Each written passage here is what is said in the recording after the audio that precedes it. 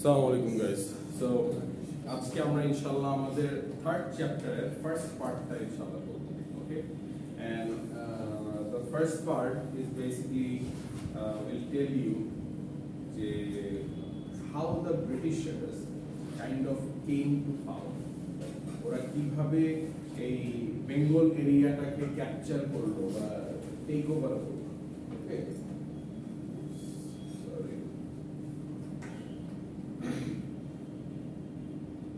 ওই পার্টে আজকে আমরা উইল স্টার্ট উইথ ইট. আমরা যতটুকু পারি that will be your first part. Okay, so ব্রিটিশার্সরা আসলে এই সাবকন্টিনেন্টে যখন এসেছিল, what was their main target? Business. Okay, এছাড়া আর কি এনি আদার টার্গেট? রুল করবে. Sure. Anything else? That is a valid point too. British rule like এছাড়া আর কি করবে? They basically wanted to earn money from here. একটা জায়গায় তুমি যদি একটা বিজনেস স্টার্ট করো, তোমার মেইন টার্গেটটা কি business? To make money. So ওদের টার্গেটটাও ছিল হচ্ছে যে এখানে অনেক কিছু ছিল that they wanted to probably take over. This was not the only country or the subcontinent যেটা বলো না কেন, this was not the only place that they took over. British colonial কিন্তু অনেক country আছে, right? So they were kind of used to it যে we can colonize anywhere, right? So the main target was to make business. They wanted to take what we have. We had actually, they almost took everything. কিছু ভালো জিনিসও কিন্তু করে দিয়ে গেছে. Look at the rail tracks. পুরো সাবকন্টিনেন্টে কিন্তু rail tracks আছে. And thanks to them for that. Right? So কিছু কিছু কাজ তারা করে দিয়ে গেছে, প্লাস কিছু কিছু জিনিস তারা ডিস্ট্রয় করে দিয়ে গেছে. Right? তো সেগুলো নিয়ে আমরা কথা বলবো যে what were the pros and what were the cons and what helped them to come to power and how did they decline in their power, right? So এই সব কিছু নিয়ে হচ্ছে যে এই চ্যাপ্টারটা. So first of all we're going to talk about the battle of Plassey or the পলাশীর যুদ্ধ যেটা ছিল. We'll start with that, right? So প্রথমে ওরা বেঙ্গল এরিয়াকে যেভাবে ক্যাপচার করলো বা যেভাবে they tried to come to power there was this event. The event was called the Battle of Plassey. এই সাবকন্টিনেন্টে একটা যুদ্ধ হয়. এই যুদ্ধটা বেসিক্যালি একটা আমের বাগানে হয়েছিল, যেটা কিনা একটা নদীর পাশে হয়েছিল. সেটা নাম হচ্ছে বাঘিরা. আমের বাগানের মধ্যে এই যুদ্ধটা হয়েছিল. এই প্লেসটা কিন্তু এখনো আছে. And during that time there was this guy called Lord Clive, and he was the one who declared the war against Sirajuddaulah. ওই সময় নবাব ছিলেন হচ্ছে কি সিরাজউদ্দৌলা. সো সিরাজউদ্দৌলার এগেইনস্টে একটা ওয়ার তারা অ্যারেঞ্জ করে. এন্ড বাট মজার বিষয়টা হচ্ছে কি সিরাজউদ্দৌলার পরে কিন্তু অনেক মানুষ ছিল যারা ভেরি ইম্পর্টেন্ট. আমরা তাদের ডিটেইলসে যাব না, but we gonna name some of them. যেমন patriot Mir Madan, Mohanlal. And also during that time এখানে কিন্তু ফ্রেঞ্চরা কিন্তু আসছিল. Okay, but I think French people were a bit much better than them. ওরা এখানে ব্যবসা করতে আসছিল, ওরা কলোনাইজ হয়তো করতে চেয়েছিল, কিন্তু it was not like how they wanted, how the Britishers wanted to do it. They wanted everything, right? But these French people, they came to do some business. So ওই সময় ফ্রেঞ্চ যে chief ছিল, and his name was শন ফ্রেও কিন্তু নবাবের সাথে সিরাজউদ্দৌলার সাথে fight করেছে. And during that fight I think we all know that Sirajuddaula basically was defeated by the British army. During that time Mir Madan was killed. এই কনস্পিরেসিটা কেন হয়েছিল? কারণটা ছিল একটা ভদ্রলোক যাকে মোটামুটি এখন আমরা অনেক সময় কথা বলতে গেলে কেউ যদি কোনো ধরনের বিট্রে করে, আমরা বলি তুই মির্জাফরি করিস না আমার সাথে, so that guy's name was Mir Zafar. Mir Zafar basically ছিল ওনার মানে কি বলে এটাকে, ওনার আর্মিতে ছিল, and he was the leader in the army, and she basically stopped fighting. He and his crew member, মানে ওনার সাথে যারা আর্মিরা মানে ওনার লোকরা যারা ছিল, they stopped fighting. তারা পুরোপুরি ফাইট বন্ধ করে দিছে। দেন মীর মাদানকে মারা হয়েছে। মীর জাফরের জন্য নবাব was like, oh my God. Usually কি হয়, যারা লিডার তারা কিন্তু পিছে তারা দেখে কি হচ্ছে, right? So Nawab was like, what is happening? Why isn't he fighting? Why isn't he going forward? So Mir Jafar নবাবের চিফ হওয়া সত্ত্বেও he did nothing. He was just silently standing there and enjoying the show, what was happening. And why do you think he did that?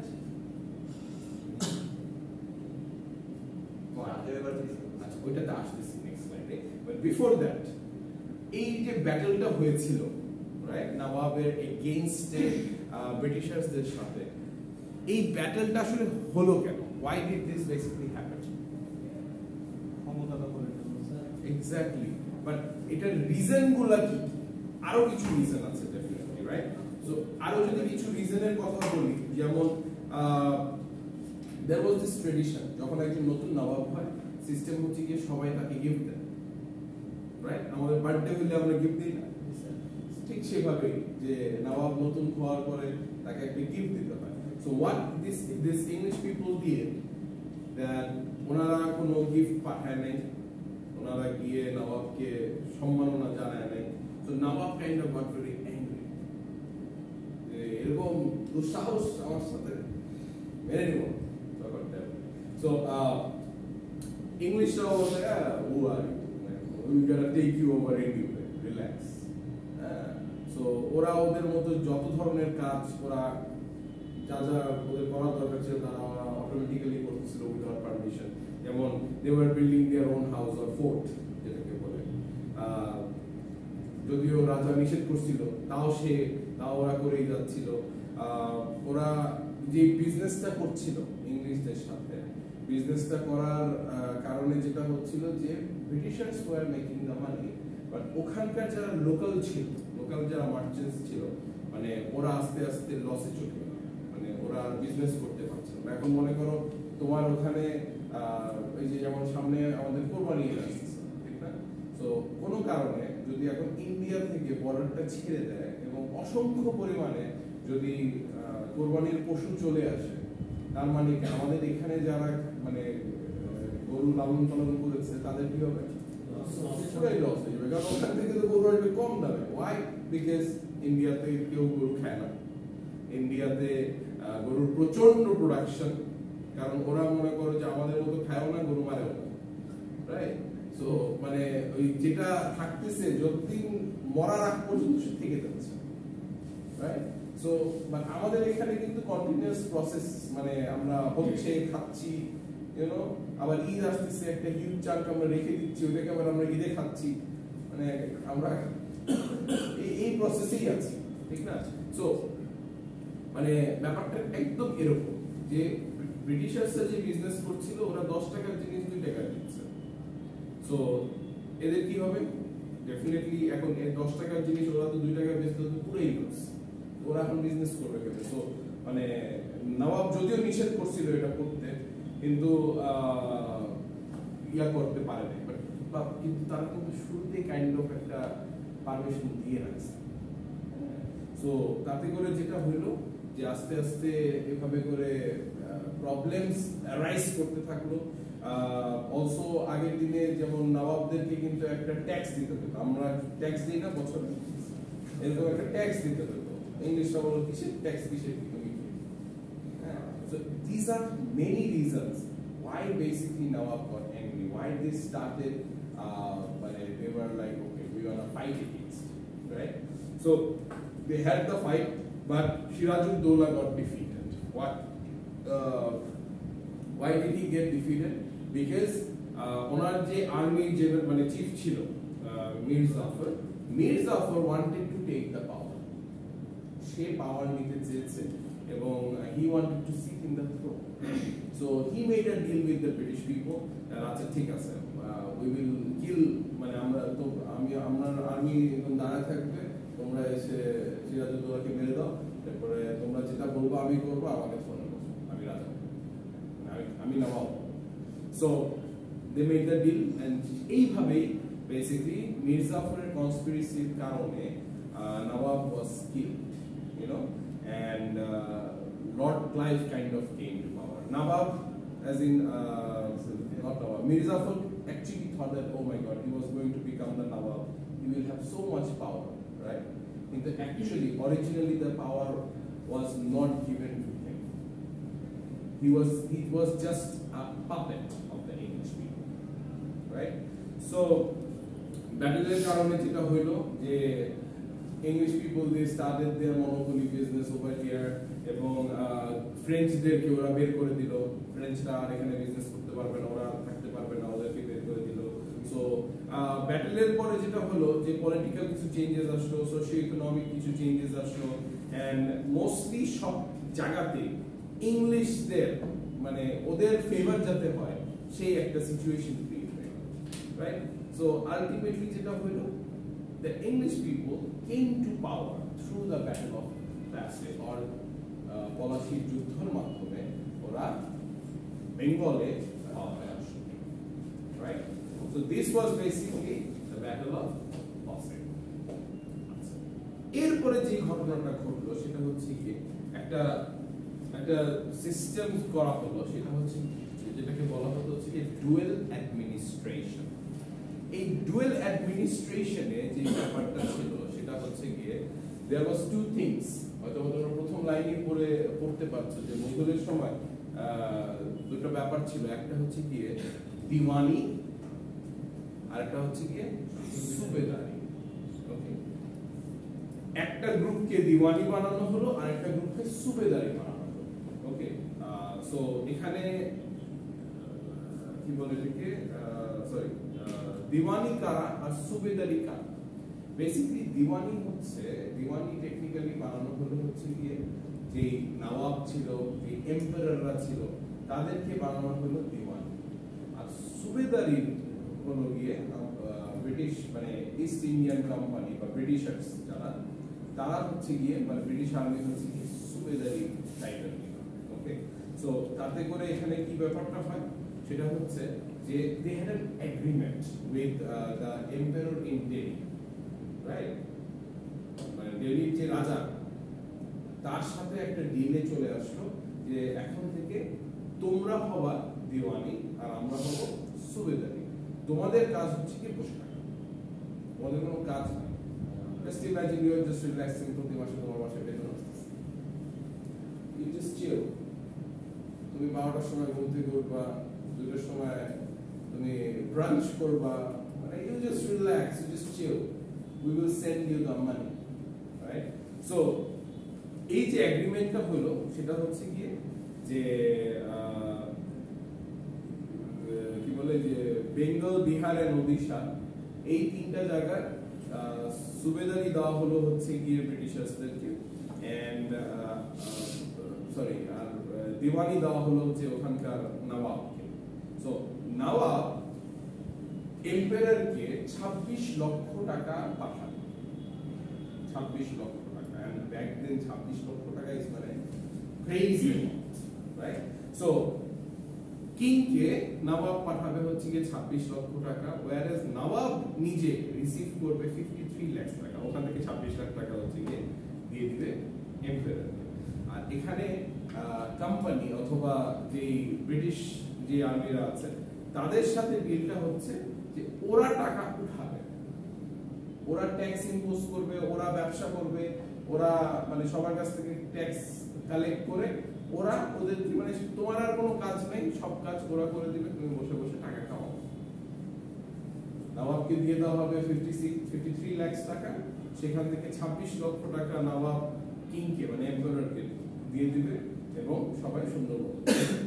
And এভাবে করে যেটা হলো সেটা হচ্ছে কি এরা একদম পাওয়ারলেস হয়ে গেল, এই যে কি বলে এটাকে মানে জব ছাড়ার পরে সরকারি চাকরি ছাড়ার পরে কি হয় সেটা হচ্ছে পেনশন দেয়, রাইট? আপনি বসে থাকেন, আপনার পেনশন বাসায় আসতে থাকে, অথবা আপনি একবারে মিলে একবারে নিয়ে যান, যেমন চাই করেন, রাইট? সো এই যে একটা ব্যাপারটা, এই ব্যাপারটা হয়ে গেল। নবাব এম্পারার সবাই ওয়াজ লাইক মানে বসে আছে, এরা শুধু টাকা পাঠাচ্ছে, টোটাল পাওয়ারটা চলে গেল ব্রিটিশার্সদের কাছে। এই ব্রিটিশার্সদের কাছে পাওয়ার চলে যাওয়ার কারণে আলটিমেটলি মানে এরা জবলেস হয়ে গেল, এদের কোনো কাজ নাই, দে জাস্ট মানে চিল করে। দিওয়ানি হওয়ার একটা কিন্তু একটা ব্যাপার ছিল, একটা ভাব ছিল। তুমি যদি দিওয়ানি হতে পারো, এটা একটা মানে ইটস এন ইম্পর্টেন্ট থিং, ঠিক আছে? এখানে একটা ভাব আছে। সো দিওয়ানির ইম্পর্টেন্সটা কি ছিল? সো ব্রিটিশার্সদের কাছে টাকা পাওয়া কিন্তু একটা বিশাল ব্যাপার ছিল, মানে আমি মানে মোটামুটি আমি দেশের প্রেসিডেন্ট একটা ভাব আসতো, কিন্তু actually the power was not to them. পাওয়ারটা কাদের ছিল? ইংরেজদের কাছে, ব্রিটিশার্সদের কাছে আলটিমেট পাওয়ারটা ছিল। So the emperor, the nawab, they were all powerless. ওদের কাছে টাকা আসছে, ওরা জাস্ট এমপ্লয়ের মতো কাজ করতেছে, যেটা ওরা বুঝতে পারে না। সো অ্যাজ আ রেজাল্ট ব্রিটিশাররা কি করলো? ব্রিটিশাররা ওদের ব্যবসা ওদের মতো করতে থাকলো, ওরা কিন্তু ওদের টাকা বাড়াই যাচ্ছে, ওরা ওদের টাকা বাড়াই যাচ্ছে। এবং স্পেশালি ওই সময় যে আর্মিরা ছিল, ওরা একটু গ্রিডি হয়ে গেল যে আরো বেশি টাকা কামাতে হবে। তাতে করে ওরা কি করলো? জেনারেল যে পিপল ছিল, they were already getting affected, তাতে করে আরো ওরা ট্যাক্স বাড়াই দিল, এবং সব মিলায় একটা অবস্থা মানে সিচুয়েশন খুব বাজে ক্রিয়েট হয়ে গেল, ইউ নো। এন্ড আলটিমেটলি একটু ইকোনমিক ডেভেলপমেন্ট হয়েছিল, not economic, I would say like মানে এখানকার যে মানে পজিশন ছিল তেমন কিছুই ছিল না, অনেক কিছু ভালো ফ্যাক্টরি অনেক হাবি জাবি এগুলা ওরা দিল, তাতে করে যেটা হলো টাকা আরো বাড়লো, they wanted to make more money, আর ওরা তো ওদেরকে বসে আছে, so they were just like that. কিন্তু এইভাবে তো আসলে সবকিছু চলতে পারে না, কারণ কি এই যে আর্মি মানে এখানে যারা ব্রিটিশার্সদেরকে পাঠাইছিল, ওদের একটা টাকার একটা মানে লোভ চলে আসছে, they were like oh my god we need more money, এইটুকু আমার কিছু হইতেছে না। দ্যাট ইজ ওয়েন একটা সিচুয়েশন ক্রিয়েট হলো, সেটাকে বলা হতো হচ্ছে permanent settlement in 1793। Permanent settlement create হলো, এবং এইটা ক্রিয়েট করার জন্য basically the British government England থেকে একজন ভদ্রলোককে পাঠালো। সেই ভদ্রলোকের নাম ছিল লর্ড কর্নওয়ালিস। লর্ড কর্নওয়ালিসকে গভর্নর জেনারেল হিসেবে পাঠাইলো, এন্ড আর্মি চিফ হিসেবে পাঠাইলো 1786 এ। তো এই যে করাপশন গুলো হচ্ছিল, এটাকে অ্যাডমিনিস্টার করার, ওকে। সো সে একটা সেই অ্যাকচুয়ালি এটাকে ইন্ট্রোডিউস করেছিল permanent settlement.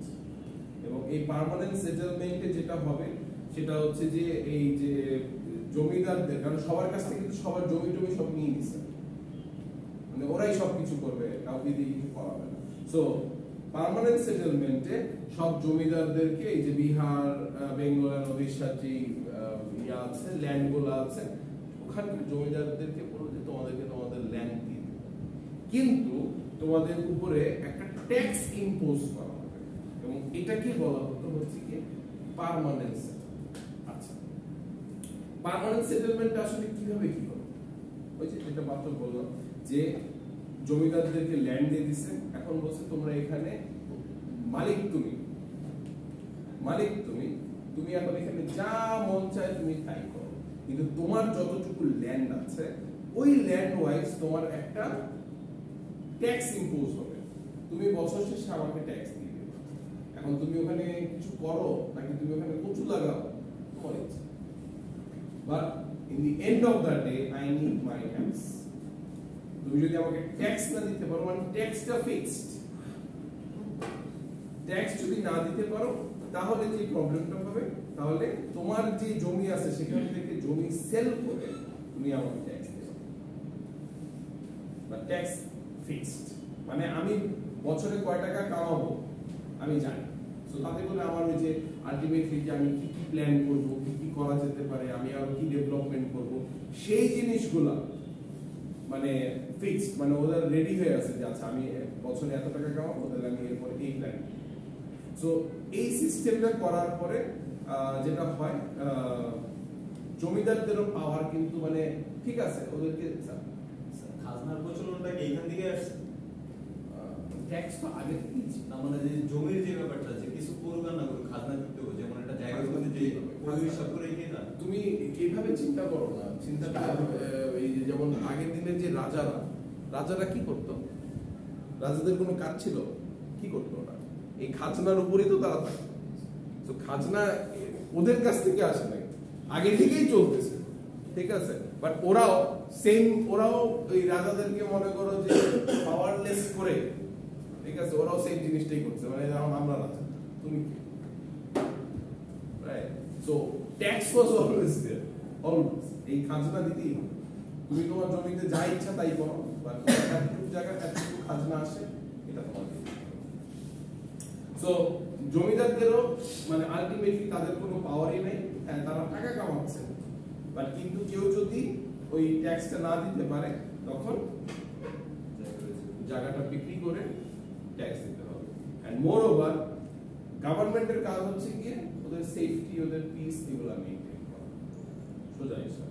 So this is what they were doing, right? So এতে করে কি হলো, এই যে পার্মানেন্ট সেটেলমেন্ট করা হলো, মানে এতে করে আসলে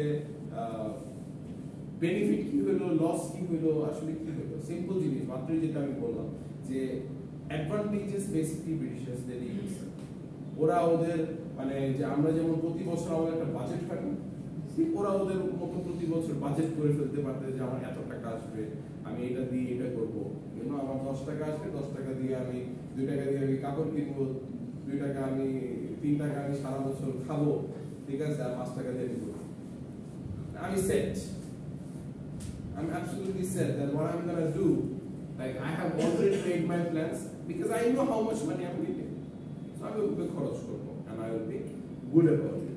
যে ল্যান্ডগুলো আছে ওই ল্যান্ডগুলোকে ওরা কাল্টিভেট করার ব্যবস্থা করছিল, as in like যেখানে জঙ্গলের যে ল্যান্ডগুলো আছে ওই জঙ্গলগুলোকে ওরা ক্লিয়ার করলো, ক্লিয়ার করে মানুষদেরকে হেল্প করলো যে তোমরা এখানে ফসল ইয়ে করো, তাতে করে কি হবে, টাকা তো ওদেরই পাবে। সো এই ডেভেলপমেন্ট গুলো করতেছিল, আলটিমেটলি যেটা হলো কান্ট্রি, মানে এই কান্ট্রিটা একটু ডেভেলপমেন্টের দিকে আগায়, অনেকটা ডেভেলপ হয়েছিল। ওরা আসলে যেটা আলটিমেটলি ওদের যে টার্গেট ছিল টু মেক মানি, ওরা ওদের মতো টাকা বাড়াচ্ছিল, কিন্তু জমিদারদের সামহাও মানে ওরা এটাকে নিয়ে স্যাটিসফাই হতে পারছিল না, কারণ ওরা তো ওদের ট্যাক্স ওরা দিতেই হবে, নাহলে ওদের জমি বিক্রি করে হইলেও দিতে হবে, এবং জমিদারদের ইনকাম মানে থাকে না, ওদের কোনো ফিক্সড ইনকাম বলতে কোনো কিছু ছিল না, তো ওদের কিন্তু আস্তে আস্তে লস হচ্ছিল। এন্ড ওরা আস্তে আস্তে কি করলো, ওরা আস্তে আস্তে শহরের দিকে মুভ করে গেল, এবং ওরা লোক রেখে গেল, ম্যানেজার থাকে না, ম্যানেজার রেখে গেল যাতে তোমরা ইয়া করো, কারণ ওদের তো মানে কোনো বেনিফিট হচ্ছে না। সো ওখানে গিয়ে যদি, শহরে গিয়ে যদি ওরা অন্য কিছু করতে পারে, দ্যাট ওয়াজ দেয়ার মানে they started doing that. জমিদাররা কিন্তু একসময় সেটাই করেছে। সো আলটিমেটলি জমিদারদের লস হলো, এন্ড যেহেতু মালিক নাই, আলটিমেটলি সবকিছু দেখা যায় যে রেন্ট কালেক্টররা যেমনি ইচ্ছা তেমন করতেছিল, এন্ড সবকিছু আস্তে আস্তে মানে ডিক্লাইন করলো, সবকিছু আস্তে আস্তে মানে নিচের দিকে গেল, আর গ্রাফটা আর উপরের দিকে যায়, রাইট? তো এই অবস্থাতে মানে আলটিমেটলি ব্রিটিশার্সরা লাভ করেই যাচ্ছে, আর জমিদাররা লস করেই যাচ্ছে, লোকাল বিজনেসম্যান যারা ছিল তারাও দেখা যাচ্ছে এখন আর বিজনেস করতে পারছে না। তারা কি করলো, তারা এখন মানে এই যে জমিদারদের কাছে গিয়ে চাকরি করা শুরু করে দিল, যে আমাকে কাজ, কারণ I cannot afford it anymore, right?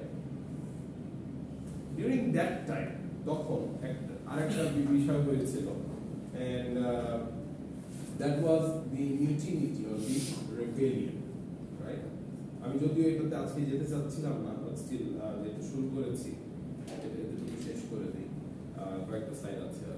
So এই যে প্রবলেমস গুলা, মানে এই যে জিনিসগুলো হচ্ছিল সেগুলো কিন্তু মানুষ দেখছে, people were seeing it, এবং people started 100 বছর পরে, মানে ব্রিটিশার্সরা মানে টেক ওভার করার 100 বছর পরে people were like না, মানে এটা তো আসলে we cannot take it anymore, we have to go against them. So একটা মুভমেন্ট হলো যেখানে বেসিক্যালি সোলজার্সরা ছিল, নর্থ অ্যান্ড ইস্টার্ন পার্টের যেই সোলজাররা তারা ছিল, এছাড়া আরো অনেক মানে ইম্পর্টেন্ট পিপলরা ছিল, যারা সবাই মিলে বললো যে না, এই যে যা হচ্ছে, মানে people are violating, the Britishers are violating our rights, they are মানে আমাদেরকে ডিসঅনার করছে, this is our land and they are doing this to us. So that is when people got mad, because তাদের কোনো লাভই হচ্ছে না, তাদের lifestyle আরো নিচের দিকে যাচ্ছে, whereas the Britishers are actually enjoying their life here. So they created the very first movement, একটা rebellion group, তারা ফার্স্ট মুভমেন্ট ক্রিয়েট করলো, যেটা কিনা একটু স্ট্রাগল করেছিল, but they started it, এবং the reasons behind this struggle were this is, যেমন কিছু পলিটিক্যাল ইস্যু ছিল, প্রথমে বলেছি যেমন এই ইস্ট ইন্ডিয়ান কোম্পানি, তাদের ট্যাক্স তাদেরকে দিয়ে দিতে হবে, তারা ইভেন কিংদেরকেও দাম দিচ্ছিল, তারা একটা ব্যাপার এমন করলো যে যদি মানে যে টার্মটার নাম ছিল হচ্ছে যে ডক্ট্রিন অফ ল্যাপস, হ্যাঁ, কেউ যদি রাজা হয় তার নিজের সন্তান ছাড়া তার ওয়েলথের মালিক তার পালক সন্তান হতে পারবে না, সে অন্য কাউকে দিতে পারবে না। সো নিজের সন্তান হইতে হবে, otherwise after the king dies or anything all the power will be gone.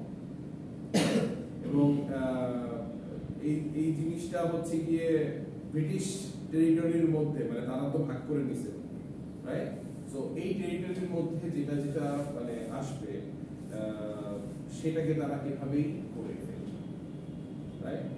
Ultimately definitely এটা loss of a lot of people, because ওই সময় অনেক রাজা ছিল যাদের নিজেদের ছেলে ছিল, তারা কি করবে, রাইট? সো তাদের ইয়েগুলো চলে যাবে। এছাড়াও কিছু ইকোনমিক কিছু ইয়া ছিল, বিকজ আলটিমেটলি রেভিনিউ কামাইতেছিল কারা?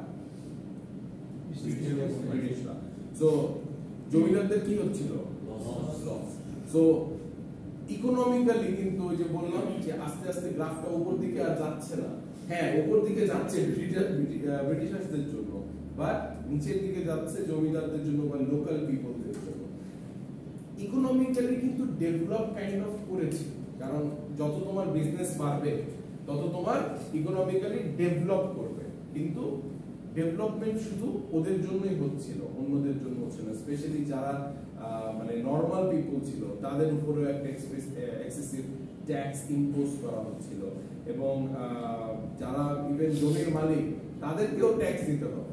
সো আলটিমেটলি লাভ কারো হচ্ছে না, কেউ no one can make money out of here.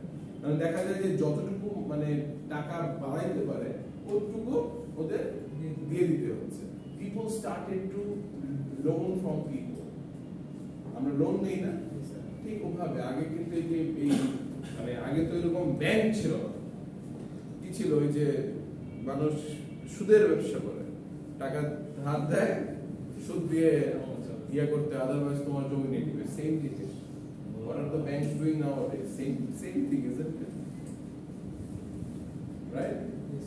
It's exactly the same thing. So যারা লোকাল পিপল ছিল তারা টাকা ধার করছিল, কিন্তু কোনোভাবে তারা আবার টাকা শোধ করতে পারছিল না, কারণ তাদের তো লাভ হচ্ছে না, তারা তো মানি মেকই করতে পারছে না। So ultimately economic conditions were declining. এটা একটা আরেকটা স্ট্রাগলের কারণ যে কেন মানুষরা আসলে খেপে ব্রিটিশার্সদের। আচ্ছা, আরো কিছু ইস্যুস ছিল, যেমন মিলিটারি একটা ইস্যু ছিল। মিলিটারিতে কিন্তু এই সাবকন্টিনেন্টের মানে ইন্ডিয়ান সাবকন্টিনেন্টের কিন্তু অনেক মানুষদেরকে মানে লোকালসদেরকে কিন্তু চাকরি দেওয়া হয়েছিল অ্যাজ আ সোলজার, রাইট? ওদেরকে সোলজার বানানো হয়েছিল। সো ওরা তো মনে করছে আরে আমি সোলজার হবো, মানে কিন্তু একটা ভাব ছিল আরে আমার ব্রিটিশ সোলজার, তার মানে সরকারি চাকরি করার পাওয়ার আছে, ভাব আছে। কিন্তু অ্যাকচুয়ালি কি ছিল, ছিল না। They used to work for them, they got money, where কিন্তু ওদের কয়েকটা প্রবলেম হচ্ছিল। নাম্বার ওয়ান, ওদের প্রমোশন হয় না, ওদের প্রমোশন হায়ার পোস্টে যায় না। এক, ওদের বেতন অন্য ব্রিটিশার্সদের থেকে কম। ব্রিটিশার্সরা যা পায় তার হয়তো বা 10 ভাগের 1 ভাগ ওরা পায়। So they used to not get paid a lot, they used to work very harder than them. ওদেরকে খাবারও ডিফারেন্ট দেওয়া হতো, হ্যাঁ, এবং ওদের যে সম্মানটা করা উচিত সেটা করা হতো না। এন্ড আরেকটা রিজন হচ্ছে কি, দ্য মেইন রিজন যে যখন ওরা সবচেয়ে বেশি খেপে গেল, সেটা হচ্ছে গিয়ে একটা ওই সময় গানস আসলো, গানস রাইফেল আসলো, যেখানে বুলেট মানে কার্ট্রিজে বারুদ দিয়ে এরপরে বুলেটটা ফায়ার করতে হয়।